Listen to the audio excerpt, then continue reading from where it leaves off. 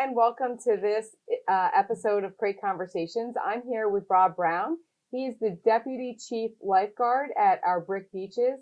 And I'm excited to have you here today because I know there are some changes to our beach safety guidelines. Yes. And I think it's important that even though we're about halfway through summer, that we go over the safety that we can consider when we bring our kids to the beach, if we're bringing anyone elderly to the beach, and then some other things that we have going on at our beaches. So I appreciate you coming here today. Thank you so much for having us. Yeah, it's great. Thanks.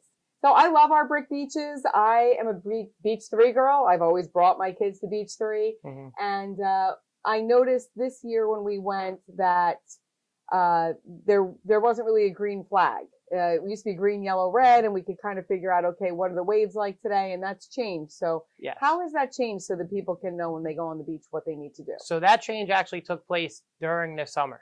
So we started the summer, the first couple weekends using green flags, and our United States Lifeguard Association, which we are a part of, it's the national organization that kind of certifies all the beaches throughout the whole country. They came out with new guidelines right at the mid to early June. Okay. They suggested to get rid of green flags because green flags signify that the water is safe to swim. And at the ocean, the water is really, truly never safe to swim. Okay. So they removed the green flag totally from their guidelines. They suggested using yellow and red flags. Mm-hmm. The beaches pretty much all through Ocean and Monmouth County, all the chiefs got together and suggested that we add a tier, which is where we have the double yellow flag. So from now on at the beach, you'll see a yellow flag. Okay. A single yellow flag will mean that it is medium caution. You can essentially swim in the water with no restrictions. Obviously, you cannot swim 200 yards out past the water, but you can use boogie boards. You can swim. You can free swim wherever you want to swim. A double yellow flag is now elevated caution. So that means that you can swim, but we're going to put some restrictions. So we might remove boogie boards. We might keep you waist deep in the water. We might limit where you can swim in the water. Obviously, if there's a big rip current, we're going to try to keep you out of that. Okay. The single red flag will mean that you can essentially get your feet wet. The water is very, very rough, but we're not going to close it totally. We'll let you go down there, get your feet wet in the water, splash up. Exactly, splash up a little bit. And then the double red flag would mean that lifeguards are off duty, so there's no water entry. Okay. That would be, if we were ever on duty and we were double red flag, it would be a very, very I was going to ask, is that a thing? Like, I'm not really since I've been there, but if we have, there's a tropical storm coming up, supposedly. So if we get water that's 12 to 14 foot waves, we would be double red flag, and that would be where we wouldn't let you pass our lifeguard stand. So you're going to be on the beach. Just kind of relaxing, and watching the waves. Yes, you could not touch the water on those days. It's very, very rough days. Okay, so that's really good to know. It's good to know that, just because you don't see the green flag doesn't mean that you can't swim. It just means that there are different restrictions that we're looking for going forward. Yeah, you're going to see a yellow flag most days. Okay. The double yellow flag will tell you that it's more dangerous. Okay. For those kind of, the days you used to see a normal yellow flag will be a double yellow flag. Perfect. Good to know. Yeah. All right. So, I heard somewhere that if you have younger kids coming into the beach, and I used to do this with my own kids, but what are the precautions that you want to take when you have younger kids? Like when my kids were 3 to 5 years old, a little smaller, but still wanted to get in the water. What are some of the things that we tell our parents for kids that age? One thing that's great is to have a Coast Guard approved life jacket. Okay. So a Coast Guard approved life jacket is one that if you were to hold them in the water, if they're not a great swimmer, they can float. You don't have to worry about them flipping upside down or backwards. They keep their heads up out of the water to give lifeguards or parents time to pick them back up really quickly if a wave does knock them down. The second thing that you can wear that most people don't think about is a bright colored bathing suit. Right. So those fluorescent bathing suits, the yellows, the oranges, something that is easily visible both in the water and out of the water in case they do wander away on a really crowded beach day. And something that you can catch your eye really quickly to see them. Also in the water, certain colors reflect really good in the water and others don't. They get muted. So a bright color bathing suit's easy to see in the water than a typical blue bathing suit or green bathing suit. Those colors get muted out in the ocean, so you don't really see them as much. All right, good to know. One year I did have my daughter in her fluorescent pink, and I could spot her at a glance. I knew where she was. Yep, so you that can was find them super really helpful. easy, with the bright color bathing suits. Yeah, that was great. One of the things, I don't know if people can hear as you're watching this, there's a huge storm going on outside, lots of thunder and lightning. And one of the things that we enacted last year, I believe, was our lightning detection system. So how does that work? So the lightning detection system is great. It's its own specific point that detects the ions in the air from an electric strike and along with the light. So those weather apps you have on your phone, sometimes when you look at how much lightning there is in the air, you might say there's 200 strikes, 300 strikes, 400 strikes of lightning. That detects the ions that might be lightning from cloud to cloud, not always to the ground. So our system will detect any cloud to ground lightning through the flash of lightning along with the ions that releases. And it's specifically pinpointed to our location at the beach. So it's not onto a weather station that might be in Tinton Falls or Manchester, where a lot of the weather stations are located. And it gives us 3 different warning signals. So we have a warning at 20 miles, any lightning inside 20 miles. It alerts us so we can start informing people that there's storms approaching. We can start getting some of our major equipment like our jet skis and things off of the beach.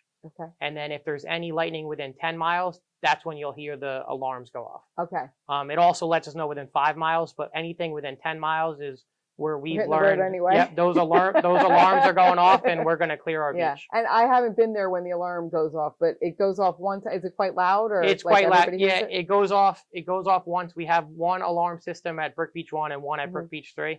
So it covers pretty much the entire area.